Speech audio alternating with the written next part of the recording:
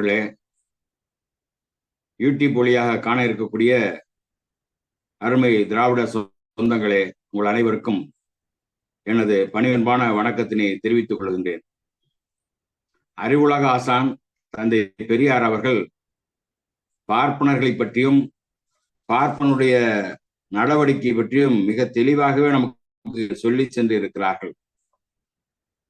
நாம் ஒரு நிகழ்ச்சியை நடத்தினால், ஒரு கூட்டம் நடத்தினால் அல்லது மாநாடு நடத்தினால் அதற்கான விளம்பரத்தை நீங்கள் செய்ய வேண்டாம், அது எதிரிகள் பார்த்துக் கொள்வார்கள் என்று ஐயா அவர்கள் சொல்லுவாங்க.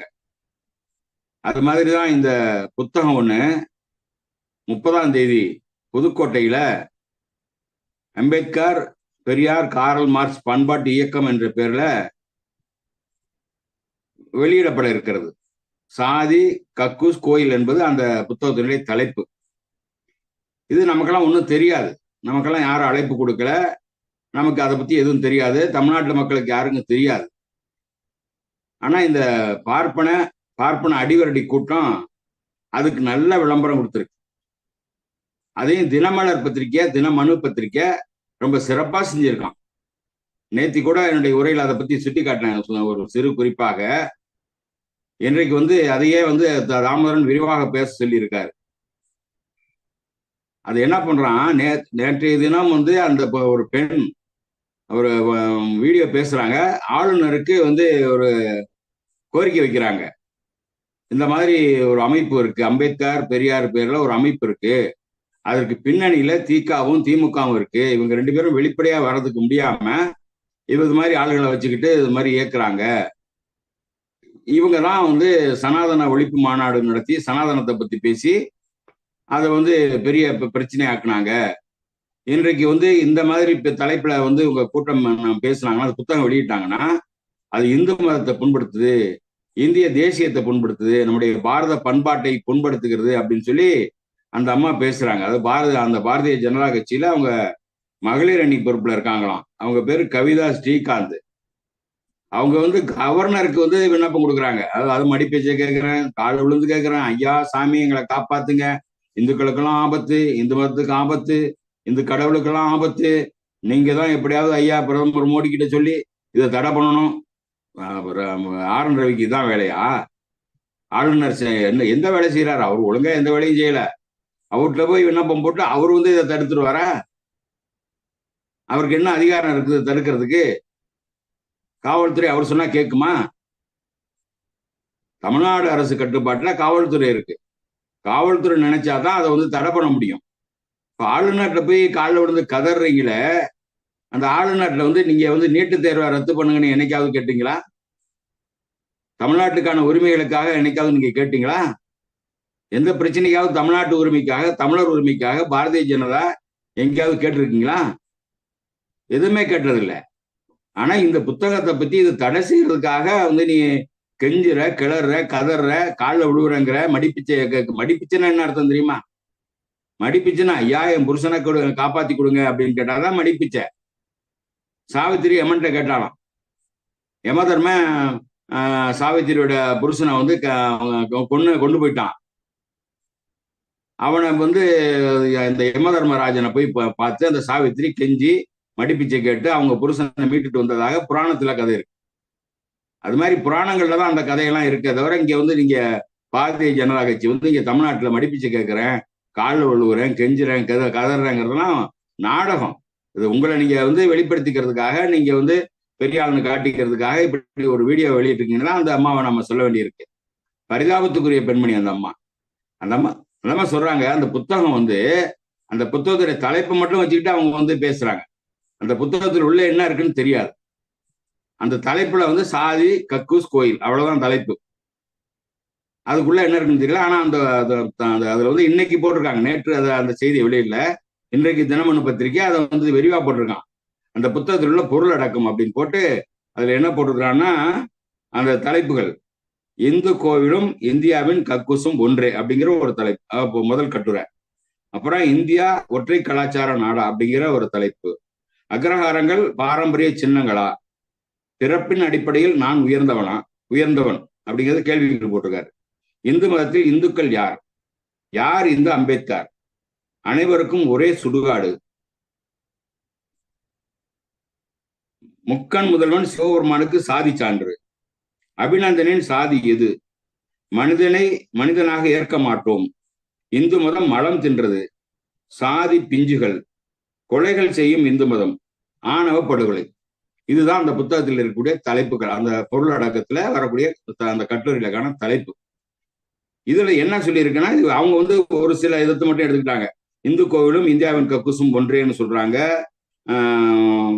முக்கண் முதல்வன் சிவபெருமானுக்கு சாதி சான்று கேட்கிறாங்க அப்படின்னு சொல்லி இந்த 2-3 தலைப்பு மட்டும் எடுத்துக்கிட்டு இதெல்லாம் இந்துக்களை புண்படுத்துது, இந்துக்கள் மனசை புண்படுத்துது அப்படின்னு சொல்லி அந்த அம்மா கெஞ்சுது. இன்றைக்கு தினமணி பத்திரிகை அதை விரிவா எழுதி இதை நாங்க மாவட்ட ஆட்சித்தலைவர்கிட்ட நாங்க புகார் கொடுத்துருக்கோம், காவல்துறையில புகார் கொடுக்க போறோம், இந்த புத்தக வெளியீட்டு விழா நடக்கக்கூடாது அப்படின்னு சொல்லி வெளிப்படையா அவங்க பேசுறாங்க. இது பேசுறது எவ்வளவு பிற்போக்குத்தனமானது, முட்டாள்தனமானது. ஒரு புத்தகம் சொன்னா அது அறிவு சார்ந்த புத்தகம். எந்த கருத்தாக இருந்தாலும் அதை வெளியிடணும். இந்த நாட்டுல கருத்து சுதந்திரத்துக்கு முழு உரிமை உண்டு. இது ஜனநாயக நாடுன்னு சொல்லப்படுது. பேச்சுரிமை, எழுத்துரிமை, கருத்துரிமைக்கு நமக்கு அடிப்படை உரிமை, ஃபண்டமெண்டல் ரைட்ஸ். இதுல அவருக்கு அந்த கருத்து சுதந்திரம், அவர் கருத்து சுதந்திரத்தின் அடிப்படையில அவர் எழுதியிருக்கிறார். அவர் எழுதினவர் பேர் மருத்துவர் ஜெயராமன். புதுக்கோட்டையை சேர்ந்த ஒரு ஜெயராமன் என்பவர் அந்த புத்தகத்தை எழுதியிருக்கிறார்.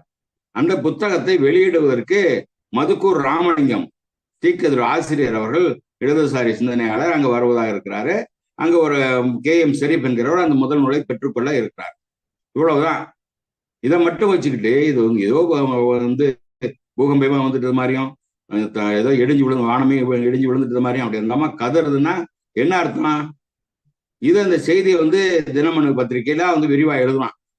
அது எழுதுனதை படிச்சுட்டு அதுல பின்னூட்டம் போடுறான் பாருங்க. தினமணியோட நம்ம இதுலதான் பார்த்தேன், நான் செல்போன்ல தான் பார்த்தேன், கூகுள்ல அந்த தினமணி பத்திரிகையில அந்த கட்டுரை, இந்த செய்தி வந்திருக்கக்கூடிய பின்னோட்டத்துல பாத்தீங்கன்னா ஒவ்வொருத்தரும் ஒரு மாதிரி எழுதுறான். இவன் இந்த எழுத்தாளர் சும்மா விடக்கூடாது, குண்டர் சட்டத்துல கைது பண்ணணும், வாழ்நாள் தண்டனை கொடுக்கணும், தூக்குல போடணும், வெட்டணும், குத்தணும், கொல்லணும்னு எழுதுறான்.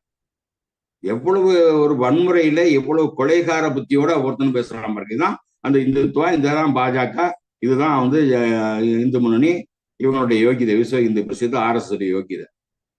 தனக்கு எதிராக இருக்கக்கூடிய யாரையுமே விட்டு வைக்க கூடாது, அவங்களை ஒழிச்சு கட்டிடணும், கொண்டுறணும்னு அவன் திட்டமிடுறான். இதை சிறப்பா இன்னைக்கு இந்த புத்தகம் நமக்கு இன்னைக்கு எல்லாரையும் படிக்க தோணுது. இப்படி தினமணி பத்திரிகையில அந்த மாதிரி வந்ததுனால அந்த அம்மா அந்த காணொலி அதுவும் தினமணியோட அந்த ஒளியிலதான் வந்தது. தினமணி டிவி வச்சிருக்கான் தினமணி, அதுலதான் அந்த அம்மா பேசுது. இது இன்னைக்கு உலகம் பூரா தமிழர்கள் பார்த்துருக்காங்க, இன்னைக்கு முற்போக்கு சிந்தனையாளர்கள் பார்த்துருக்காங்க. அந்த புத்தகம் என்ன சொல்லுதுங்கிறத தெரிஞ்சுக்கிட்டாங்க. நிச்சயம் அந்த புத்தகத்தை வாங்கி படிக்கணும் அப்படின்னு சொல்லி அவங்க நான் கண்டிப்பா முடிவு பண்ணிருப்பாங்க. நானே அதை வாங்கி படிக்கணும்னு ஆர்வத்தில் இருக்கேன். அந்த புத்தகத்தை வாங்கி எல்லாருக்கும் கொடுக்கணும்னு ஆசையா இருக்கேன். எவ்வளவு பைத்தியக்காரத்தனம்! பாப்பானுக்கு முன்புத்தியும் கிடையாது, பின்புத்தியும் கிடையாதுங்கிறத நம்ம பல முறை பார்த்துருக்கோம். அது மாதிரிதான் இந்து முன்னணி தலைவர் ராமகோபாலன் கலைஞரை பார்க்க போறாரு. கலைஞரை பார்க்க போறப்ப அவருக்கு பகவத்கீதை புத்தகத்தை கலைஞருக்கு கொடுக்குறாரு, இதை படிச்சு தெரிஞ்சுக்கணும் நீங்க அப்படின்னு. அப்போ நமக்கும் திமுகவுக்குமே ஒரு கருத்து வேறுபாடு இருந்த நேரம். அப்பொழுது கூட கலைஞர் அவர்கள் என்ன செய்தார் என்றால், நீங்க கீதையை என்ற கொடுக்குறீங்க, இந்த வீரமணி கீதையின் மறுபக்கம்னு ஒரு புத்தகம் எழுதியிருக்கிறாரு, இதை நீங்க போய் படிச்சு இதுக்கு மறுப்பு எழுதுங்க அப்படின்னு சொல்லி அந்த புத்தகத்தை கொடுக்குறாரு. அது என்ன, அவர் கலைஞர் சொன்னது வஞ்ச புகழ்ச்சி தான். கலைஞர் ஆசிரியரையும் பாராட்டணும், அதே போல அவனுக்கும் ஒரு செக் வைக்கணும். அது மாதிரி கொடுக்குறாரு. இதுக்கு போய் நீங்க உங்களால மறுப்பு எழுத முடியுமா அப்படிங்கிறது கேட்காம நீங்க போய் மறுப்பு எழுதுங்க அப்படிங்கிறார். உடனே அதை வாங்கிட்டு போய் படிக்கணும், அல்லது அதை பத்தி ஏதாவது கருத்து சொல்லணும். உடனே இந்த கருணாநிதிக்கு புத்தி இல்லை, திருந்தவே இல்லை, உருப்படவே மாட்டான் அப்படின்னு சொல்லி பக்கத்துல இருக்கிற பிள்ளையார் கோயில போய் மண்ணு அரிச்சிட்டு சாபம் விட்டு போயிட்டான். ஆனா அதுக்கு பிறகு பாத்தீங்கன்னா தமிழ்நாடு பூராவும் இல்லை, உலகம் பூராவும் இருக்கக்கூடிய தமிழர்கள் இந்த கீதையின் மறுபக்கம் நூலை வாங்கி படிக்க ஆரம்பிச்சிட்டாங்க. அது வரைக்கும் ஒரு 2-3 பதிப்புகள் வந்திருக்கும். அதுக்கு பிறகு பாத்தீங்கன்னா ஏராளமான புத்தகங்கள் விட்டு தீர்ந்து போகல. நானே எங்க பெல் நிறுவனத்துல 200 புத்தகம் கீதையின் மறுபக்கத்தை தோழர்களுக்கு வாங்கி கொடுத்துருக்கேன். அந்த அளவுக்கு நமக்கு விளம்பர ஏஜெண்டாக பார்ட்னர்கள் இருந்து கொண்டிருக்காங்க. அந்த மாதிரி இன்னைக்கு தினமணி பத்திரிக்கை இந்த புத்தகத்துக்கு ஒரு நல்ல விளம்பரம், அதாவது இந்த இந்த புத்தகத்தை பத்தி விளம்பரம் அந்த மருத்துவர் ஜெயராமன் கொடுத்துருந்தாருன்னா எத்தனை 1000 ரூபாய் வாங்கியிருப்பான். இன்னைக்கு நம்முடைய திமுக தோழர்கள் ஏராளமா விளம்பரம் கொடுக்குறாங்க. ஒரு பக்கம் விளம்பரம், அரை பக்க விளம்பரம், முக்கால் பக்க விளம்பரம் கொடுக்குறாங்க. அதுக்கெல்லாம் 1000கணக்கில் பணம் வாங்கும். அதுபோல இந்த புத்தகத்துக்கு விளம்பரம் கொடுக்கணும்னா நிச்சயமாக ஜெயராமன் அவர்களிடத்துல எப்படி இருந்தாலும் ஒரு 25,000 ரூபாய் வாங்கிடுவான். இந்த விளம்பரத்துக்கு ஒரு பக்கம் விளம்பரம் போட்டாலே 25,000 வாங்குவான். இன்னைக்கு அதை விட 2 நாள் விளம்பரம் கொடுத்துருக்கான். அப்படின்னா இதெல்லாம் பார்த்தீங்கன்னா ஒரு லட்சக்கணக்கான ரூபா அவனுக்கு பணம் கட்டணும். எந்த விதமான பணமும் இல்லாம, எந்த விதமான செலவும் இல்லாம இந்த புத்தகத்தை அருமையா விளம்பரம் பண்ணியிருக்கான் தினமணி பத்திரிக்கைக்காரன். அது இல்லாம அந்த பிஜேபிக்காரனுடைய யோகிதை என்னங்கிறதையும் அம்பலப்படுத்தி இருக்கிறான். இந்த பிஜேபியில இருக்கிறோம் அங்க அதுவும் அந்த அம்மா அவருக்கு யார் புத்தகம் வெளியிடறாங்களோ ஜெயராமன், டாக்டர் ஜெயராமனுக்கு தெரிஞ்சவங்க தான். இதை பத்தி தான் இன்னைக்கு தோழர் ஜீவசகாப்தன் அந்த மருத்துவர் ஜெயராமன் ஐயா இந்த மாதிரி நீங்க ஒரு புத்தகம் வெளியிடுறீங்க, அதை பத்தி இந்த அம்மையார் இப்படி பேசியிருக்காங்க, அதை பத்தி உங்க கருத்து என்னன்னு கேட்டா அந்த புத்தகத்தை பத்தி ரொம்ப தெளிவாக விவரமாக விளக்கமாக கொடுத்துருக்காரு. அதுல அவர் சொல்லக்கூடிய கருத்துக்களுக்கு பதில் சொல்றதுக்கு எந்த பிஜேபி காரனுக்கும் RSS காரனுக்கும் யோகியதை கிடையாது. அவர் என்ன சொல்றாரு, சாதி கக்கூஸ் கோயில் அப்படிங்கிறதுக்கு அந்த விளக்கம் அருமையான விளக்கம். இது அறிவுள்ள எவனாலையும் மறுக்கவே முடியாது, புத்தி உள்ளவன் எவனும் மறுக்க முடியாது. அது சிந்திக்கிறவன் கண்டிப்பா அதுக்கு பதில் சொல்லுவான். சிந்திக்க தெரியாதவன் தான் இதை எதிர்ப்பான், சிந்திக்க மறுக்கிறவன் தான் இதை எதிர்ப்பான். சிந்திக்க மறுக்கிற பகுத்தறிவற்ற அறிவற்ற மூடர் கூட்டம் இந்த தலைப்பை மட்டும் வச்சுக்கிட்டு அந்த புத்தகத்துக்கு எதிர்ப்பு தெரிவிக்குதுன்னா என்ன பொருள்? அவர் சொல்றாரு, அருமையா அவர் சொல்றாரு. அதை பத்தி பனாரஸ் இந்து பல்கலைக்கழகம், அந்த பல்கலைக்கழகத்துல ஒரு மாணவி இருக்காங்க. அவங்க பட்டியல் சாதியை சேர்ந்தவங்க. அவங்க அங்க அந்த கழிவறைக்கு போறாங்க. கழிவறைக்கு போனப்போ உயர் ஜாதி மாணவிகள் பார்த்துட்டு நீ எப்படி இது நாங்க பயன்படுத்துற கக்கூஸ்க்கு நீ போகலாம் அப்படின்னு சொல்லி அடிச்சு விரட்டுறாங்க. எவ்வளவு கொடுமை! இவர் சொல்றாரு, இந்த ஒரு மாணவி கழிவறைக்கு போக முடியலன்னா என்ன அர்த்தம்? அவங்க எங்கே போவாங்க? நடுவீதியிலேயா போக முடியும்? நாய் மாதிரி போக முடியுமா? நீங்க மனிதர்கள் என்றால் நீங்க நாகரிக மனிதர்கள், நீங்க கழிவறையில தான் போயிட்டு இருக்காங்க. இன்னும் நாகரிகம் பெறாத இடங்கள்ல காட்டு கிராமங்கள்ல இருந்துச்சு. இன்னைக்கும் கிராமங்கள்ல எல்லா வீடுகளுக்கும் கழிவறை விட்டது. கழிவறைங்கிறது வீட்டுக்கு அவசியமான ஒன்றாக இன்னைக்கு ஆகிவிட்டது. வீடு கட்டும்போது அதுல சமையலறை கட்டுறோமோ இல்லையோ, அல்லது புத்தக அறை கட்டுகிறோமோ இல்லையோ, சில பேர் பூஜை அறை கட்டுக்கிறானோ இல்லையோ, முதல்ல கழிவறை கட்டிட்டு தான் மற்றதை கட்டுவான். ஆனா வாஸ்துப்படி கட்டுறோன்னு சொல்லுவான். அந்த வாஸ்துல கழிவறையே கிடையாது. ஆனா எல்லாரும் இன்னைக்கு வாஸ்துங்கிறான். அந்த வாஸ்துல கழிவறை கட்டணுங்கிறது எங்கேயும் கிடையாது. ஆனா வாஸ்துப்படி இன்னைக்கு கட்டுறவங்க கூட கழிவறை வைத்து தான் வீட்டை கட்டுறான். அப்படி இருக்கும்போது அந்த கழிவறையில போறதுக்கு ஒரு பெண்ணுக்கு உரிமை இல்லைன்னா என்ன அர்த்தம்? அதே போல ராம்நாத் கோவிந்த் ஒரு ஜனாதிபதி, முப்படைகளின் தலைவர். அவர் ஒரு கோயிலுக்கு போறாரு, அவருக்கு இல்லாத அதிகாரம் கிடையாது. அவர் இந்திய நாட்டினுடைய முதல் குடிமகன். அவர் ஒரு கோயில்ல போகும்போது ஒரு சாதாரண ஒரு பூணல் போட்ட பார்ப்பான், அவரை தடுத்து நிறுத்துறான். அப்படின்னா கோயிலுக்குள்ளேயும் ஒரு தலித்து நுழைய முடியாது, கக்கூஸ்குள்ளேயும் நுழைய முடியாதுன்னா என்ன அர்த்தம்? இந்த நாடு ஒரு நாடா அப்படின்னு கேள்வி கேட்கிறார். இதுதான் இதுக்கு அந்த அம்மாவோட பதில் சொல்ல முடியுமா? அந்த பனாரஸ் இந்து பல்கலைக்கழகம் எவ்வளவு சாதி வெறி பிடிச்ச பல்கலைங்கிறது இன்னைக்கு கூட நமக்கு தெரியும். இன்னமும் மனு தர்மத்தை அங்க பாட புத்தகத்தில் வச்சிருக்காங்க. மனு தர்மம் சட்டமாக்கப்பட வேண்டும் என்று சொல்றாங்க. அந்த பனாரஸ் இந்து பல்கலைக்கழகத்துலதான் சனாதன தர்மம் பற்றி புத்தகம் வெளியிட்டு இன்றைக்கு சனாதன தர்மம்னா என்னன்னு கேட்டப்ப நம்முடைய தோழர்கள்லாம் அதை எடுத்து அருமையாக விளக்கம் கொடுத்தார். சனாதன தர்மம் என்றால் என்ன என்பதற்கு அதுக்கு எவனும் மறுப்பு சொல்லல. நம்முடைய முற்போக்கு சிந்தனை உள்ளவர்கள் அத்தனை பேரும், ஆசிரியர் உட்பட நம்முடைய தோழர்கள் அத்தனை பேரும் அந்த பனாரஸ் இந்து பல்கலைக்கழகம் வெளியிட்ட அந்த சனாதன தர்மம் பற்றிய விளக்கத்தை தான் கொடுத்தாங்க. அவ்வளவு மோசமான சாதி வெறி பிடித்த அந்த ஒரு பல்கலைக்கழகம். அந்த பல்கலைக்கழகம் தான் ஒரு காலத்துல பாத்தீங்கன்னா சம்பூர்ணானந்த் அப்படிங்கிறவருடைய சிலையை திறந்தது. அந்த சம்பூர்ணானந்த் சிலையை திறக்கிறதுக்கு யார் வர்றாங்கன்னா அன்றைக்கு மிகப்பெரிய அதிகாரம் படைத்த அதாவது இராணுவ அமைச்சராக இருந்த ஜெகஜீவன் ராமை அழைக்கிறார். ஜெகஜீவன் ராம் யாரு? சாதாரண ஆளா? அந்த காலத்திலிருந்து அமைச்சராக இருக்கிறவர். நேரு காலத்திலிருந்து சுதந்திரம் பெறுவதற்கு முன்னதாக அவர் அமைச்சரானார். நேரு அமைச்சரவையில் அமைச்சராக இருந்தார். தொடர்ச்சியாக நேரு அமைச்சரவையில் இருந்து, இந்திரா காந்தி அமைச்சரவையில் இருந்து கடைசி வரைக்கும் அமைச்சராக இருந்தார். அவர் இராணுவ அமைச்சராக இருக்கின்ற பொழுது அந்த பல்கலைக்கழகத்துல இவரை அந்த சம்பூர்ணானந்தன் என்கின்ற ஒரு பார்ப்பானுடைய சிலையை திறப்பதற்கு அழைக்கிறாங்க. வந்து அவர் பொத்தானத்தான் அழுத்துறாரு. அந்த சிலையை கையில கூட தொடல. ஆனா அங்க இருந்த பார்ப்பன மாணவர்கள் இந்த சிலை தீட்டாகி விட்டது, ஒரு தலித்து ஒரு சக்கிலியன் அந்த சிலையை திறந்துட்டான், அதனால அது தீட்டாயிருச்சுன்னு சொல்லி மின்சாரம் வழியா தீட்டு போச்சாடா? ஆசிரியர் அன்றைக்கே கேட்டார். மின்சாரம் வழியாகவா தீட்டு போகும்? பொத்தானத்தானே அழுத்தினாரு. அது அந்த அந்த சிலையை மூடி அந்த திரைச்சிலை விலகுவது எப்படி இவருடைய கைப்பட்டு வந்து திறந்துச்சா என்று அதை கண்டித்து எழுதினார்கள். அதுக்கு பிறகு வந்து கொஞ்ச நாள் கழிச்சு ஜெகவீன் ராம் சென்னைக்கு வருகிறார், பெரியார் திடலுக்கு வருகிறார். அங்க வந்து அதையெல்லாம் சொல்லி அவர் வேதனைப்பட்டார். பெரியார் பிறந்த பூமியில நான் எங்க ஊர்ல பெரியார் இல்லையே அப்படிங்கிற வருத்தத்துல அவர் இங்க வந்து பேசினார். அந்த அளவுக்கு சாதி வெறி பிடித்த அந்த அந்த பல்கலைக்கழகத்தில் நடந்த ஒரு நிகழ்ச்சியை ராம்நாத் கோவிந்தோடைய அந்த கோயில் நுழைவு அனுமதியை மறுத்ததை ஒப்பிட்டு கக்கூஸ்லையும் நுழைய முடியாது, கோயிலையும் நுழைய முடியாது. அதுதான் சாதி கக்கூஸ் கோயிலுங்கிற தலைப்பு வச்சிருக்காரு. இதுல என்ன தவறு இருக்கும்? இந்த பேசின அந்த அம்மா கவிதாங்கிற பெண்மணிக்கு இதெல்லாம் தெரியாதா? ராம்நாத் கோவிந்தில் உள்ள உடலை அப்படிங்கிறது தெரியாதா? அவங்க அந்த கட்சியில தானே இருக்காங்க. அதை ஏத்துக்கிறாங்க அவங்க. நாங்கெல்லாம் கீழ் சாதி தான், பிராமணர் தான் உயர்ந்த சாதி, நாங்க கோயிலுக்குள்ள நுழைய முடியாது, நாங்க நுழையக்கூடாது அப்படி இவங்களாவே நினைச்சுக்கிட்டு நாங்க தீண்டத்தகாதவர்கள், நாங்கள் வந்து கீழ் சாதி அப்படிங்கிறது இவங்களாவே நினைச்சுக்கிறாங்க. ஒத்துக்கொண்டுதான் அந்த கட்சியில் அந்த எவனொருவன் RSSையும் பிஜேபியும் இந்து முன்னணி ஆதரிக்கிறானோ அவனுக்கு சுயமரியாதை இல்லை என்று பொருள். அவனுக்கு மான வெக்கம் சூடு சொரணம் எதுவும் கிடையாது. சூத்திரனாக இருப்பதற்காக அவன் வெட்கப்படுவது இல்லை. பஞ்சமனாக இழிவுபடுத்தப்பட்டாலும் அது போன ஜென்மத்து தலைவிதி என்று ஏற்றுக்கொள்ளக்கூடியவன். போன ஜென்மத்தில் நான் பாவம் செஞ்சுட்டேன், அதனால இந்த ஜென்மத்திலே இப்படி நான் அந்த கீழ் சாதியில பிறந்திருக்குங்கிறது ஏத்துக்கிட்டதுனாலதான் அந்த ஜனாதிபதி ஒரு கேள்வி கூட கேட்கல, படியில உட்காந்து சாமியை கும்பிட்டு வர்றாரு. அது மாதிரி வந்து அடிமை புத்தி உள்ள இந்த கவிதா இவங்க வந்து பேசுறாங்கன்னா இது எவ்வளவு பெரிய வெட்கக்கேடு. இது பெரியார் அவர்கள் இவங்களுக்காக சேர்த்தானே போராடினாரு. ஏன்டா இந்த நாட்டுல சூத்திரன்னு எழுதி வச்சிருக்கானே, சூத்திரன்னா யாரு? அது சாஸ்திரத்தில் எழுதி வச்சது மட்டும் இல்லாம சட்டத்திலையும் எழுதி வச்சிருக்கிறான்.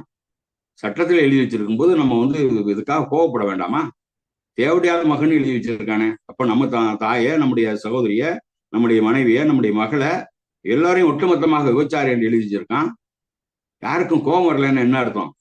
சாதாரணமா ஒரு மனுஷன் போகும்போது அவனை பார்த்து எவனாவது ஒருத்தன் உங்க அம்மா இப்படி அப்படின்னு சொன்னா உடனே அறுவாலை தூக்குறான், உங்க பொண்டாட்டி அப்படின்னு சொன்னா அறுவாலை தூக்குறான். ஒட்டுமொத்த சமுதாயத்துமே இப்படி எழுதி வச்சிருக்கும் போது ஒருத்தனுக்கு ரோசம் வரலையே, சுயமரியாதை வரலையே, மானம் வரலையே அப்படின்னு சொல்லி பெரியார் கேட்டாரா இல்லையா தன்னுடைய இறுதி உரையில? அதுதானே கடைசி கட்டமாக அவர் பேசிய பேச்சு. அதுக்கு இதுவரைக்கும் எவனும் பதில் சொல்லலையே. சட்டத்துல இன்னும் இருக்குல்ல, இன்னும் மனு தர்மம் இருக்குல்ல, இன்னும் அந்த சட்டம் இருக்குல்ல, அந்த சட்டத்தை வச்சு இன்னும் தீர்ப்பு கொடுத்துக்கிட்டு இருக்காங்கல்ல. இந்த அம்மாவுக்கு என்ன வந்து தெரியும்? இந்து மதத்தை பத்தி என்ன தெரியும்? இந்து மதத்தை பத்தி இழிவா பேசுறாங்க. இந்து மதத்தை ஒளிஞ்சு போனா உனக்கு என்ன நட்டம்? இந்து மதத்துல ஒரு பெண்ணுடைய உன்னுடைய தன்மை என்ன? உன்னை என்ன இடத்துல வச்சிருக்கான் இந்து மதத்துல? பெண்கள்னா யாரு? பெண்கள்லாம் வந்து அவங்க வந்து ஒழுக்கம் கெட்டவன் எழுதி வச்சிருக்கானா இல்லையா? உபச்சார தோஷம் உள்ளவர்கள் எழுதி வச்சிருக்கானா இல்லையா? உபச்சாரிகள் என்ன எழுதி வச்சிருக்கானா இல்லையா? ஒரு பெண்ணோடு ஒரு ஆண் யாரும் தனியா இருக்கக்கூடாது. தந்தையாக இருந்தாலும், சகோதரனாக இருந்தாலும், மகனாக இருந்தாலும் கூட தனியா ஒரு வீட்டுல இருக்கக்கூடாதுன்னு எழுதி வச்சிருக்கானே. இப்ப அவ்வளவு மோசமானவங்களா? பெண்கள் வந்து அழகை பார்க்க மாட்டாங்க, அவங்க தகுதியை பார்க்க மாட்டாங்க, ஒரு ஆணா இருந்த போதும் அவனை வந்து கவுத்துருவாங்க அப்படின்னு சொல்லி எழுதி வச்சிருக்கு மனு தர்மம். இதெல்லாம் ஏத்துக்கிட்டு அந்த இயக்கத்துல RSSல இந்து மதத்துல இருக்கிறியே, உனக்கு வெக்கம் இல்லையா? எவ்வளவு ஒரு பிற்போக்குத்தனமான ஒரு செயல். இன்றைக்கும் பிஜேபியில இருக்கிறவங்களே எத்தனை பிஜேபியில யாராவது ஒழுக்கமா இருக்காங்க? இன்றைக்கு நம்ம கண்கூட இந்த காலகட்டத்திலையும் பிஜேபியை வளர்ப்பதாக சொல்லிக் கொண்டிருக்கக்கூடிய வந்து அவனுடைய ஒவ்வொருத்தருடைய யோகியதையும் இன்னைக்கு அவங்களே அம்பலப்படுத்திக்கிட்டு இருக்காங்க. நம்ம யாரும் அம்பலப்படுத்தல. நம்ம வந்து அவனை போய் பின்னாலேயே போய் வேவு வச்சு வேவு பார்த்து அவன் என்ன செய்யறான், கேசவ நாயகன் என்ன செய்யறான், அண்ணாமலை என்ன செய்யறான், கேடி ராகவன் என்ன செய்யறான், இப்படி இதை பார்த்து நாம போய் வந்து அதெல்லாம் வெளியிடலை. அவங்க கட்சிக்காரனை வெளியிட்டு இருக்கான். அண்ணாமலையே கேடி ராகவனை வந்து அவனுடைய வீடியோ வெளியிட வச்சிருக்கான். கேசவ விநாயகத்தை பத்தி அவங்க கட்சிக்காரன சூர்யா சிவாங்கிறவன் பேசி அம்பலப்பட்டு போய் நாரி போச்சு. அதுபோல இன்னைக்கு அண்ணாமலையை வந்து என்ன வந்து பேர் வருது, செக்ஸ் வீடியோ அண்ணாமலைன்னு அது தினமலரே ட்ரெண்டிங் பண்ணான். எந்த தினமலருக்கு எவ்வளவு ஒரு வக்கர புத்தி இருந்தா பிஜேபியே ஆதரிப்பான், RSS ஆதரிப்பான். ஆனா அதே நேரத்துல அந்த பிஜேபிக்கு தலைவராக இருக்கிற அண்ணாமலைய மட்டம் தட்டி போடுவான். அண்ணாமலையை ஒழிச்சு கட்டணும். அண்ணாமலை ஒரு சூத்திரன், ஒரு பிற்படுத்தப்பட்டவன், அவன் தலைவராக இருக்கான். அவனை பெரிய ஆள் ஆக்கினா நம்ம எல்லாம் முன்னேற முடியாது, நம்மள அவன் ஏத்துக்க மாட்டான், பாப்பான் அவன் ஏத்துக்கிறது. அண்ணாமலையை பொறுத்தவரை பாராட்ட வேண்டிய விஷயம், தமிழ்நாட்டுக்கு அவன் அண்ணாமலை வந்த பிறகுதான் பார்ப்பன ஆதிக்கம்லாம் அவன் குற்றம்லாம் அடங்கி போச்சு. அதனால வந்து என்ன பண்றான், தினமலர் பத்திரிகைக்காரன் அந்த அண்ணாமலையை பத்தி அந்த செய்தியை, அந்த செக்ஸ் வீடியோ அண்ணாமலைங்கிறத இன்னைக்கு ட்ரெண்டிங்கா இருக்குன்னு சொல்லி தினமணி பத்திரிகையிலே விளம்பரம் பண்ணான். இவ்வளவு மோசமான கட்சியில பெண்கள் இருந்து கொண்டு பெண்களுக்கு பாதுகாப்பற்ற ஒரு கட்சியாக பிஜேபி இருக்கிறது என்று சொல்லி எல்லாரும் சொன்னாலும் அந்த கட்சியில் இருந்தவங்களே வெளியே வராங்க. காயத்ரி ராம இருக்கட்டும், இன்னைக்கு அந்த கட்சியில இருக்கக்கூடிய பல பெண்கள் கட்சியை விட்டு வெளியே வந்து இன்னைக்கு வந்து அந்த கட்சியோட யோகியதையை வந்து அம்பலப்படுத்துறாங்க. அதுக்கு பிறகு அந்த கட்சியில இருந்துகிட்டு இந்த அம்மா பேசுதுன்னா இதுக்கெல்லாம் மான வெக்கம் சூடு சொன்ன கொஞ்சமாவது இருக்கா? இதெல்லாம் எப்படி வந்து இந்த இயக்கத்தில் இருக்குதுங்கிறதே தெரியல.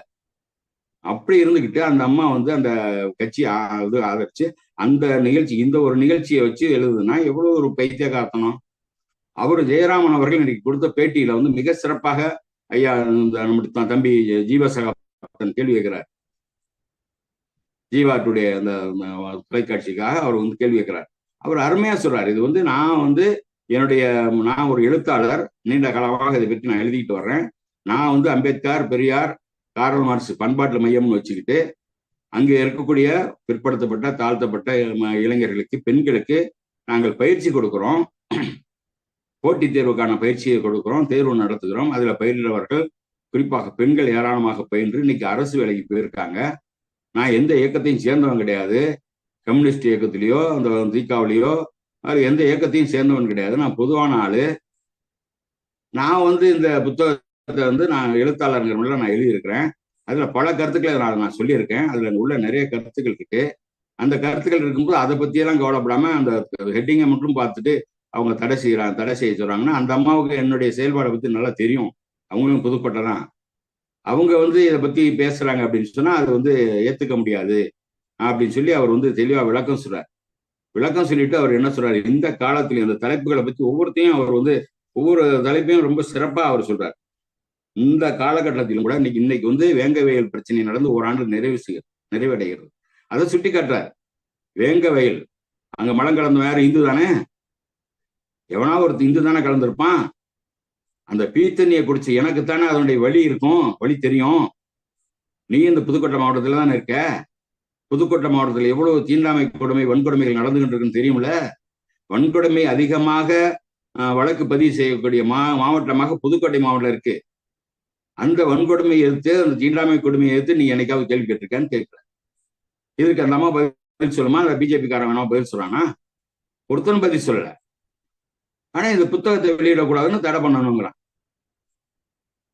இதை வந்து ட்ரெண்டிங் ஆனதுனால இன்னைக்கு வந்து காலையிலேயே வந்து காவல்துறையில வந்து அந்த புத்தகத்தை வாங்கிட்டு போயிருக்காங்க, அதிகாரிகளும் வந்து வாங்கிட்டு போயிருக்காங்க, படிச்சு பாருங்க அப்படின்னு. ஆக இதெல்லாம் வந்து காவல்துறை அதிகாரிகளும் படிச்சு தெரிஞ்சுக்கிற அளவுக்கு இவங்க விளம்பரம் பண்ணியிருக்காங்க.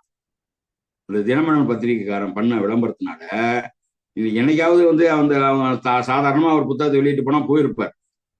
அங்க வந்து 100 பேர் 200 பேர் அந்த புத்தகத்தை வாங்கிட்டு போயிருப்பாங்க. அதுக்கு பிறகு யாராவது நண்பர்கள் பார்த்து ஒரு 500 புத்தகம் இல்லை 1000 புத்தகம் விற்பனை ஆகும். காவல்துறையில இருக்கிறவங்க யாராவது வாங்கி படிப்பானா? அவனே வாங்கி படிக்கிற அளவுக்கு அந்த புத்தகத்தை கொடுங்க, நான் வந்து படிக்கிறேன் அப்படின்னு சொல்லி வாங்கிட்டு போயிருக்கான். மாவட்ட ஆட்சித்தலைவர் அலுவலகத்துக்கு அந்த புத்தகம் போயிருக்கு. இன்னைக்கு எல்லாரும் வந்து அதை படிக்க ஆரம்பிச்சான். படிக்க ஆரம்பிச்சு அந்த நூல் வெளியீட்டு விழாவுக்கு தடை போடுவானா? அதுல வந்து பாத்தீங்கன்னா அதை வந்து அந்த புத்தகத்தை பெற்றுக்கொள்பவர் வெளியிடுபவர் மதுக்கூர் ராமலிங்கம். அவர் வந்து தீக்கதிர் ஆசிரியர், தமிழ்நாடு முற்போக்கு எழுத்தாளர் கலைஞர் சங்கத்துடைய ஒரு பொறுப்பாளர். அதை வாங்கக்கூடியவர் வந்து ஒரு ஷெரீஃப் அப்படிங்கிறவரு. ஏன் அந்த ஷெரீஃபை நான் பயன்படுத்தினேன்னு அவர் விளக்கம் கொடுக்குறார். ரொம்ப அருமையான விளக்கம். என்னன்னா, புதுக்கோட்டையில ஒரு 200 பேர் அல்லது 150 இருந்து 200 பேர் உட்காரக்கூடிய அளவுக்கு அரங்கமே இல்லைங்கிறார். இது எவ்வளவு பெரிய கொடுமை. எங்க இடத்துல நாங்க இருக்கிற அண்ணா நகர்லயே நம்ம ஐயா தமிழ்ச்செல்வர் வந்து அருமையா ஒரு 100 பேர் உட்காரக்கூடிய அளவிற்கு ஒரு அரங்கத்தை கட்டியிருக்காரு. நாங்க நிகழ்ச்சிகளை நடத்துறோம். பெரியார் பிறந்த நாள், நினைவு நாள், மற்ற நிறைய நிகழ்ச்சிகளை நடத்திட்டு இருக்கிறோம். இது வந்து ஒரு 5000 வீடுகள் இருக்கக்கூடிய பகுதி தான், ஒரு கிராமம்.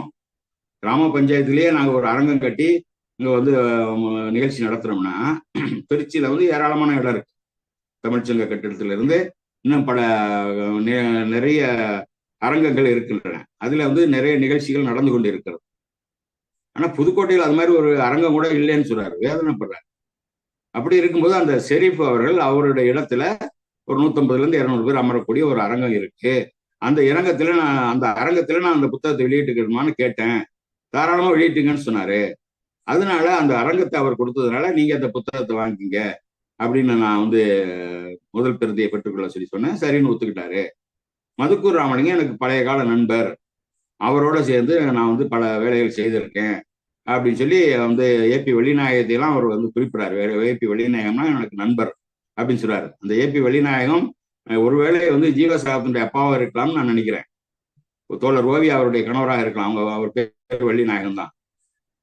அந்த மாதிரி அவங்களோட எல்லாம் சேர்ந்து நான் சமுதாய பணி ஆற்றி இருக்கிறேன் அப்படின்னு சொல்லி சொல்றாரு. ஆக வந்து அவருடைய பணிகள் வந்து ஒடுக்கப்பட்ட மக்களுக்காக அவர்களுக்கான கல்வியை கொடுப்பது, அவர்களுக்கு வேலைவாய்ப்பு உருவாக்கி தருவது, அவர்களுக்கான பாதுகாப்பை கொடுப்பதுங்கிற முறையெல்லாம் அவர் செஞ்சுக்கிட்டு இருக்கிறார். இதுல வந்து பாத்தீங்கன்னா வந்து என்ன சொல்றாங்க, சாதி கோயில் கக்கூஸ் அப்படின்னு போறிய நீ வந்து சாதி கக்கூஸ் சர்ச்சு சாதி கோயில் மசூதி அப்படின்னு போடுவியா? எவ்வளவு அறிவுபூர்வமா கேள்வி கேட்கிறான் பாருங்க. இப்படி கேட்கிறானா? அதுக்கு அவர் அழகா சொல்றாரு, நான் ஏன்டா மசூதியை பத்தி போடணும், நான் ஏன்டா சர்ச்சை பத்தி போடணும், என்ன கோயிலுக்குள்ள விடமாட்டேன்னு சொல்றவன் யாரு? இந்து தானே, கோயில்ல தானே விட மாட்டேங்கிறான். இந்து மதத்தை சேர்ந்த என்னத்தானே, என்னுடைய சகோதரியை தானே ஒரு இந்து பல்கலைக்கழகத்துல அந்த கக்கூஸ்ல வந்து உள்ள விட மாட்டேங்கிறாங்க. அப்படி இருக்கும்போது நான் எந்த மதத்தை பத்தி பேசுவேன்? இப்ப நான் எங்க வீட்டு அதுக்கு உதாரணம் சொல்றாரு அழகா. நான் எங்க வீட்டுக்கு போறேன், எங்க வீட்டுல வந்து எங்க அம்மா அப்பாவோ என் மனைவியோ வீட்டுக்குள்ள விட மாட்டேன்னு சொன்னா, நன்றி நன்றி. அந்த ஜீவாசாப்பினுடைய தந்தை தான் வெள்ளிநாயகம், ஏபி வெள்ளிநாயகம். அவருடைய நண்பராக அந்த மருத்துவர் ஜெயராமன் இருந்திருக்கிறார். அவர் வந்து இதை பத்தி சொல்லும்போது அவர் சொல்றாரு, நான் வந்து இந்து மதத்துல நான் இருக்கேன், இந்து மதம் தான் என்னை கோயிலுக்குள்ள வராதுன்னு சொல்லுது, அதை பத்தி தானே நான் கேள்வி வைக்க முடியும்.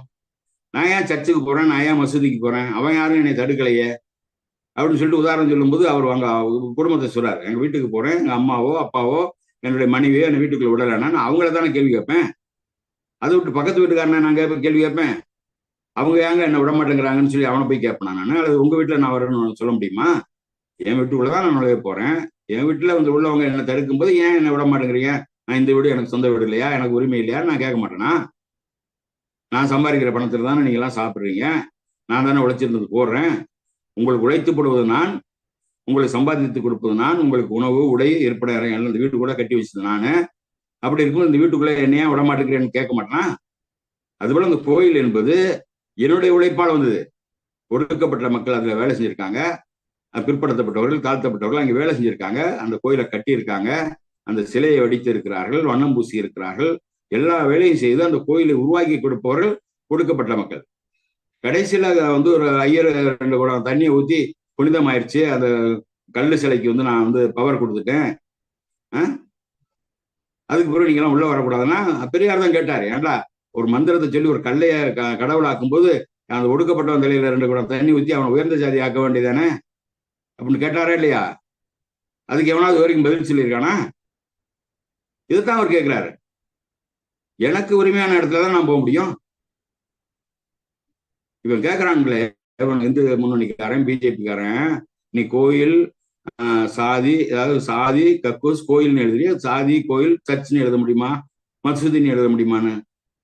இது எவ்வளவு பித்தலாட்டம், எவ்வளவு பைத்தியக்காரத்தனம். இன்றைக்கு வந்து சென்னையில ஏற்பட்ட பெருமழை வெள்ள பாதிப்பிலான மக்கள் பாதிக்கப்பட்ட பொழுது ஏராளமான மக்கள் எங்க வந்து தங்கியிருந்தாங்க? அந்த மசூதியில தானே தங்கியிருந்தாங்க, சர்ச்சுகளை தானே தங்கியிருந்தாங்க. தடுத்தாங்களா? அவங்க மாற்று மதத்தை சேர்ந்தவர், அவங்க மதத்துக்காரங்க கிடையாது, ஒரு இஸ்லாமியர் மட்டும் இல்ல. அங்க வந்து ஒரு இந்துக்களாக இருந்தாலும் யாராக இருந்தாலும், நீங்க ஐயப்ப சாமிக்கு மாலை போட்டவங்க கூட வந்திருக்கான். அங்க வந்து பஜனைலாம் பண்ணியிருக்கான், அதுக்கெல்லாம் அனுமதிச்சிருக்கிறாங்க. அங்க வந்து அவங்க உணவு கொடுக்குறாங்க, தங்கறதுக்கு இடம் கொடுக்குறாங்க, தண்ணி கொடுக்குறாங்க, கழிவறை. அவர் பொண்ணு சொல்லுது, நான் வந்து எங்கேயோ இருந்தேன், அங்க தண்ணி நிறைய நிக்குது, எனக்கு தங்கறதுக்கு இடம் இல்லை, சாப்பாடு இல்லை, கழிவறை போறதுக்கு வசதி இல்லை, இங்க வந்தேன் எல்லாம் எனக்கு கிடைக்குதுன்னு ஒரு பொண்ணு பேட்டி கொடுத்துச்சு. அங்க வந்து அந்த ஒரு சாதாரண ஒரு பெண்ணுக்கு, ஒரு இந்து பெண்ணுக்கு கழிவறை பயன்படுத்துவதற்கு மசூதியில் அனுமதிக்கிறான். ஆனா இந்து பல்கலைக்கழகம் சொல்லிக் கொள்ளக்கூடிய அந்த பல்கலைக்கழகத்துல ஒரு பெண்ணுக்கு கழிவறையில நுழையிறதுக்கு அனுமதி இல்லைன்னு சொல்றான்னா இது எவ்வளவு பெரிய ஐயக்கத்தனம். இதைத்தான் அவர் வந்து சுட்டி காட்டுற. இதை வந்து நீ மசூதியை பத்தி எழுதுவியா, சர்ச்சை பத்தி எழுது, என்ன கேள்வி இது? இப்படிப்பட்ட ஒரு பித்தலாட்டமான கேள்வியெல்லாம் நீ கேட்கிறீன்னா இதை விட ஐயக்கத்தனம் ஏதாவது உண்டா? ஒண்ணும் கிடையாது. அவர் வந்து அவர் பேட்டியில வந்து ஒவ்வொரு விஷயமும் பாத்தீங்கன்னா ரொம்ப ரொம்ப சிறப்பா சொல்றாரு. என்ன சொல்றாருன்னா,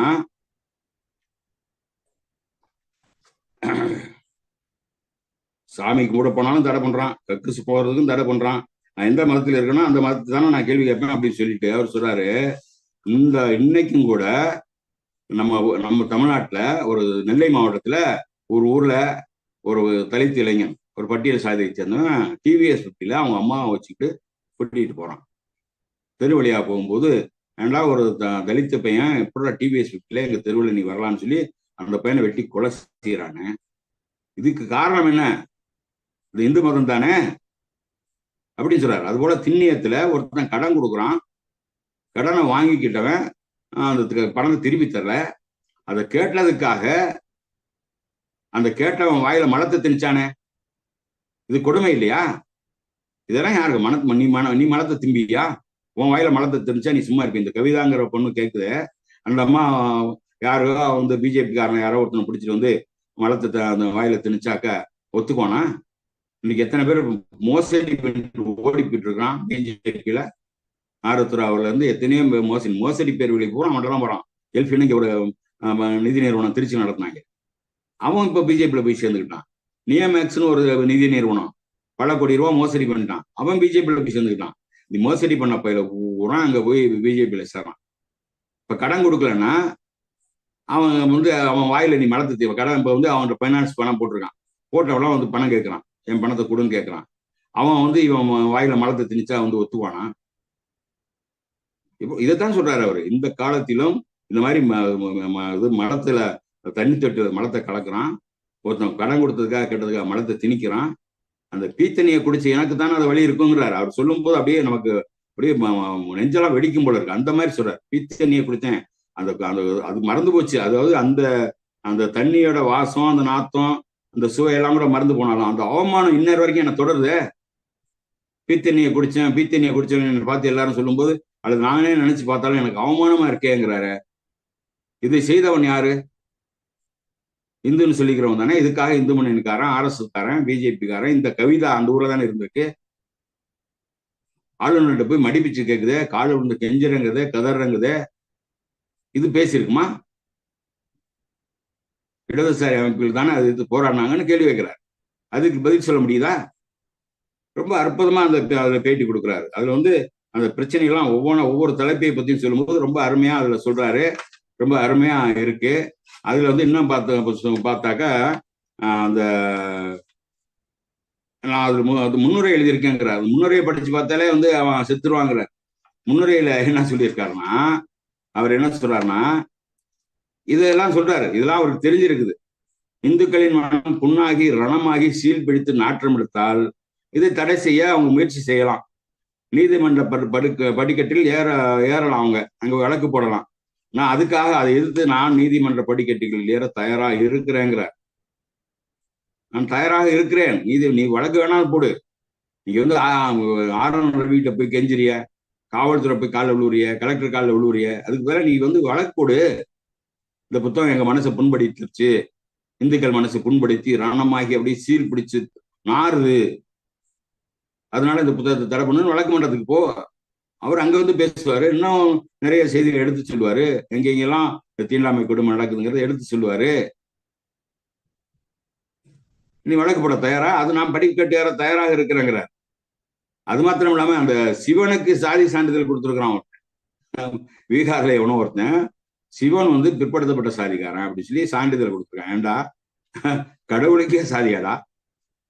அதுக்கு நீ கொடுக்குற ஜாதி நீ வந்து முன்னேறிய ஜாதி, ஒரு பாப்பானாவது கொடுப்பியா? அவருக்கு பூணூல் எல்லாம் போட்டு வச்சிருக்கீங்க, பாப்பான்னு கொடுக்க மாட்டீங்களா? அவர் போய் ஒரு பிசின்னு கொடுத்து வச்சிருக்க. என்ன இங்க பாத்தீங்கன்னா அந்த RSS தூண்டுதல்ல பட்டியல் சாதியை சேர்ந்தவங்களே சில பேர் என்ன பண்ணுவாங்க, சிவன் வந்து பறையர் சாதியை சேர்ந்தவங்க, நாங்கெல்லாம் சிவன் வம்சம் அப்படின்னு சொல்லி இங்க வந்து சில பேர் வந்து குதிச்சுட்டு இருப்பாங்க. இவங்கெல்லாம் RSS தூண்டுதலை செய்யறவங்க. அந்த குலப்பெருமை பேசுறவன் எல்லாம் RSS தூண்டுதல் வரவன் தான். அவங்க பறையரா இருந்துக்கிட்டு, நான் பறையர் வந்து நாங்க சிவன், ஆதி சிவன் அவருடைய வம்சத்தை சேர்ந்தவங்க, அவன் சுடுகாட்டுக்கு வந்து சாம்பலை பூசிக்கிட்டான், உடுக்கை அடிக்கிறான் அப்படின்னு சொல்லி அவன் பரம்பரையில் நாங்க வந்தவங்கன்னு இங்க பெருமை பேசிக்கிறான். கீழ் சாதிங்க எஸ்சிங்கிறான், பிசிங்கிறான். கடவுளுக்கே சாதி சான்றிதழ் கொடுக்குறீங்களா? இது என்னடா இயக்கித்தனம்? இந்த புத்தகத்துல கேள்வி வைக்கிறாரு. இதுக்கெல்லாம் அந்த அம்மா பதில் சொல்லுமா? நம்ம படிச்சு பார்த்துருந்தா, படிக்க தெரியுமான்னு தெரியல, முதல்ல படிச்சு பார்த்துருந்தா அது கேள்வியை கேட்குமான்னு தெரியல. அதுக்கு எதுக்கு ஆளுநர்கிட்ட போய் கதறணும்? அவர் உங்க ஊருக்காரர் தானே, அவர்கிட்ட போய் நேரம் கேட்கலாம்ல. நீ நேரம் கேட்கலாம்ல. டாக்டரையா ஏங்க இந்த மாதிரி புத்தகம் எழுதுறீங்க? இதை எங்க மனசு புண்படுத்துதுங்க, என் மனசு காயப்படுத்திருச்சுங்க, உள்ள சீல் பிடிச்சிருச்சுங்க, நாறுதுங்க, தயவு செய்து இந்த புத்தகத்தை வெளியிடாதீங்கன்னு அவர்கிட்ட போய் பேசலாமே. அவர் சொல்றாரு, என்னுடைய செயல்பாடுகள் அந்த அம்மாவுக்கு நல்லாவே தெரியும். நான் 20 வருஷமா இந்த ஊர்ல இருக்கேன். 20 வருஷமா இந்த ஊர்ல இந்த மக்களுக்கு இந்த மாதிரி பயிற்சி வகுப்பு கொடுத்துட்டு இருக்கேன். TNPSC இருந்து மற்ற அரசு பொது தேர்வுகளுக்கு நான் வந்து பயிற்சி கொடுக்குறேன்.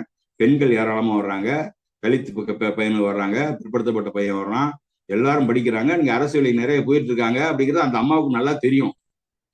தெரிஞ்சிருக்கும் போது அது எதுக்கு கவர்னர்கிட்ட போய் மனு கொடுக்குது? நேரம் ஏன்ட்ட வந்து பேசலாமே, நானே விளக்கம் கொடுப்பேங்கிறாரு.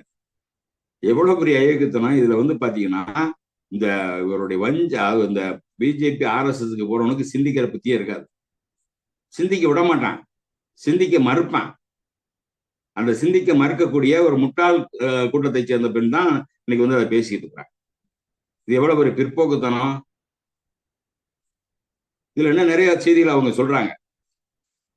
அந்த மாதிரி வந்து ஐயா ஜெயராமன் அவர்கள், அவங்க வந்து மருத்துவர், அவர் வந்து ஒவ்வொரு இதுலையும் பாத்தீங்கன்னா அவங்க இன்னொரு செய்தியோட சொல்லியிருக்காங்க, நான் எந்த அமைப்புலையும் உறுப்பினர் கிடையாது, எந்த அமைப்போடும் நான் சேர்ந்து வேலை செய்யல. இந்த புத்தகத்துக்கு அணிந்துரை எழுதியிருக்கிறது யாருன்னா சுந்தரவள்ளி, பேராசிரியர் சுந்தரவள்ளிங்கிறார். பேராசிரியர் சுந்தரவள்ளி எதுனா பார்க்கலாம். அந்த பக்கத்துல அந்த பொருளடக்கத்தை மட்டும் பார்த்துட்டு இவங்க கதறாங்க. சுந்தரவள்ளி அந்த அணிந்துரை எழுதியிருக்காங்கன்னு பார்த்தா இன்னொரு ரொம்ப கதறுவாங்க அப்படிங்கிறாரு. மதுக்கூர் ராமலிங்கம் வெளியிடுறாரு, சுந்தரவள்ளி அணிந்துரை எழுதியிருக்காங்க. ஏற்கனவே சனாதன ஒழிப்பு மாநாடு நடத்துனவங்க தாமியா காசா, அந்த பின்னணியில தான் இவங்க பண்றாங்கன்னு சொல்லிட்டு அது தீக்காவையும் சேர்த்துக்கிறாங்க. அவங்க திமுக இடதுசாரி அமைப்புகள்லாம் அவங்க வெளிப்படையா வர முடியாம இவங்களை மாதிரி ஆளுகளை தூண்டு விட்டு நடத்துறாங்க அப்படின்னு சொல்றாங்க. அவர் வந்து எல்லாரிடத்துலயும் எனக்கு வந்து நட்பு உண்டு, நட்பு அடிப்படையில் நான் பழகியிருக்கேன். பேராசிரியர் சுந்தரவள்ளி கிட்ட நான் வந்து அணிந்துரை கேட்டேன், அவங்க எழுதி கொடுத்துருக்காங்க அப்படின்னு சொல்லி அதையும் சொல்றாரு. ஆக இந்த புத்தகம் இன்றைக்கு வந்து பாத்தீங்கன்னா 30ஆம் தேதி வெளியிடப்பட இருக்கிறது. வாய்ப்பு இருந்தா நம்ம கூட யாராவது போய் பார்க்கலாம், அந்த புத்தகத்தை வந்து அந்த வெளியீட்டு விழா பார்க்கலாம். இன்னைக்கு அந்த கூட்டம் நிறைய வரப்போகுது. அரங்க 200 பேர் தான் உட்கார முடியுங்கிறாரு, 150ல இருந்து 200 பேருங்கிறாரு. அது ஆயிரக்கணக்கான பேர் வந்து குவிய போறாங்க. அந்த புத்தகம் வந்து எவ்வளவு அடிச்சிருக்காரோ அத்தனை புத்தகம் அங்கேயே வித்து தீர போகுது. இந்த அருமையான ஒரு விளம்பர பணியை தினமணி பத்திரிகைக்காரன் செஞ்சிருக்கான். அதுக்கு அவனுடைய அந்த அந்த அந்த அறிவற்ற, அந்த மோசமான, முன்பத்தியும் இல்லாத பின்பத்தியும் இல்லாத அந்த தினமணி பத்திரிகை இதுக்காகவாவது நாம் பாராட்டணும். இது மாதிரி வேலையை நிறைய செய்யுங்க. நாங்க நடத்தக்கூடிய கூட்டத்தை எல்லாம் தடை பண்ணணும்னு சொல்லி நீங்க எழுதுங்க. நாங்க வெளியிடக்கூடிய புத்தகத்தை எல்லாம் தடை பண்ணணும்னு எழுதுங்க. அது மக்கள் மத்தியில போய் சேரும். ஏன்னா நீங்க வந்து அறிவற்ற கூட்டம் நிறைய, முட்டாள் கூட்டம் நிறைய இருக்க தினமணி வாங்கி படிக்கிறதுக்கு. அந்த பத்திரிகை வாங்கி படிக்காதுன்னு கலைஞர் சொன்ன பிறகும் திமுக காரன் வாங்கி படிக்கலாம். தினமணி பத்திரிகை இது, இந்த பத்திரிகையை வாங்காதீங்கன்னு சொல்லி இன்றைய முதல்வர் நம்ம அருமையான தளபதி ஸ்டாலின் அவர் சொன்னா கூட அப்புறமும் வாங்கி படிக்கிறாங்க. விளம்பரமாகும் எங்களுக்கு. அதை பார்த்துட்டு 10 பேர் எங்களுக்கு வருவான்ல, 4 பேர் பேசுவோம்ல. அதனால வந்து நீங்க வந்து இன்னும் நிறைய இது மாதிரி செய்யுங்க அப்படிங்கிறது தினமணி பத்திரிகை என்னுடைய வேண்டுகோளா வச்சுக்கிறேன். அதோட இன்னைக்கு ஒரு செய்தி, இன்னைக்கு நம்முடைய தோழர்கள் தூத்துக்குடியில மிக அருமையாக களப்பணி செய்திருக்காங்க. இந்த வெள்ளத்துல நம்முடைய சென்னையில இருந்து நம்முடைய தொண்டர் அமைப்பு போய் ஏராளமா வந்து அந்த மக்களுக்கு அங்க உணவுகளை வழங்கி மக்களுக்கான அந்த அடிப்படை தேவைகள் எல்லாம் பூர்த்தி செஞ்சிருக்காங்க. அங்க நெல்லையில் இருக்கக்கூடிய நம்முடைய இயக்க தோழர்கள், தூத்துக்குடியில் இருக்கக்கூடிய தோழர்கள் அங்க ஏராளமாக வந்து அங்க வந்து மக்களுக்கு உடை, பால், பிஸ்கட்டு, நாப்கின் உட்பட ஏராளமா கொடுத்துக்கிட்டு இருக்காங்க. அதுல வந்து அங்க பாகுபாடே இல்லை. அங்க வந்து திராவிடர் கழகத்துடைய அலுவலகம், அந்த அலுவலகத்துல தான் எல்லா தோழர்களும் ஒருங்கிணைவார்கள். அதுல வந்து பாத்தீங்கன்னா பெரியார் திகா, திராவிட விடுதலை கழகம், அங்க எந்த பாகுபாடும் இல்லாம ஒன்னா சேர்ந்து அதை செய்யறாங்க. செய்கின்ற பொழுது அங்க வந்து பாத்தீங்கன்னா ஒருத்தன் வந்து என்ன பண்றான், அங்க 2 மணி நேரத்துக்கு வந்து அந்த அலுவலகத்துல ஐயாவுடைய பொன்மொழிகள் எழுதி போட்டிருக்காங்க. அந்த பொன்மொழிகளை இங்க வைக்க கூடாதுன்னு சொல்லி அந்த போர்டை அடிச்சு உடைச்சு தூக்கி எறிஞ்சிருக்கான். அதுக்கு பிறகு உள்ள இருந்த தோழர்களையும் போய் அடிச்சிருக்கான். அடிச்ச பிறகு நம்முடைய தோழர்கள் வந்து காவல்துறைக்கு புகார் கொடுத்திருக்காங்க. புகார் கொடுத்த பிறகு அந்த காவல்துறையில இருந்து 2 பேரும் பாதுகாப்பு போட்டிருக்காங்க. காலையில் விடிய விடிய அவங்க பாதுகாப்பு இருந்திருக்காங்க. நம்ம தோழர்களும் உள்ள இருந்திருக்காங்க. அவங்க காலையில அந்த ஷிஃப்ட் மாறும், அடுத்த ஷிஃப்ட்டுக்கு போலீஸ்கார் வருவாங்கன்னா அந்த 2 போலீஸ் போயிட்டாங்க, வேற போலீஸ் வரணும். அந்த இடைப்பட்ட பார்த்துக்கிட்டே இருந்திருக்கான், நாய் மாதிரி பார்த்துக்கிட்டே இருந்திருக்கான். அவங்க போனவொன்னு உள்ள வந்து தோழர்களை அடிச்சு நொறுக்கி இவங்களும் திருப்பி தாக்கி இன்னைக்கு வந்து எல்லாரும் காயம்பட்டு மருத்துவமனையில் இருக்காங்க. இது எவ்வளவு பெரிய அயோக்கியத்தனம்!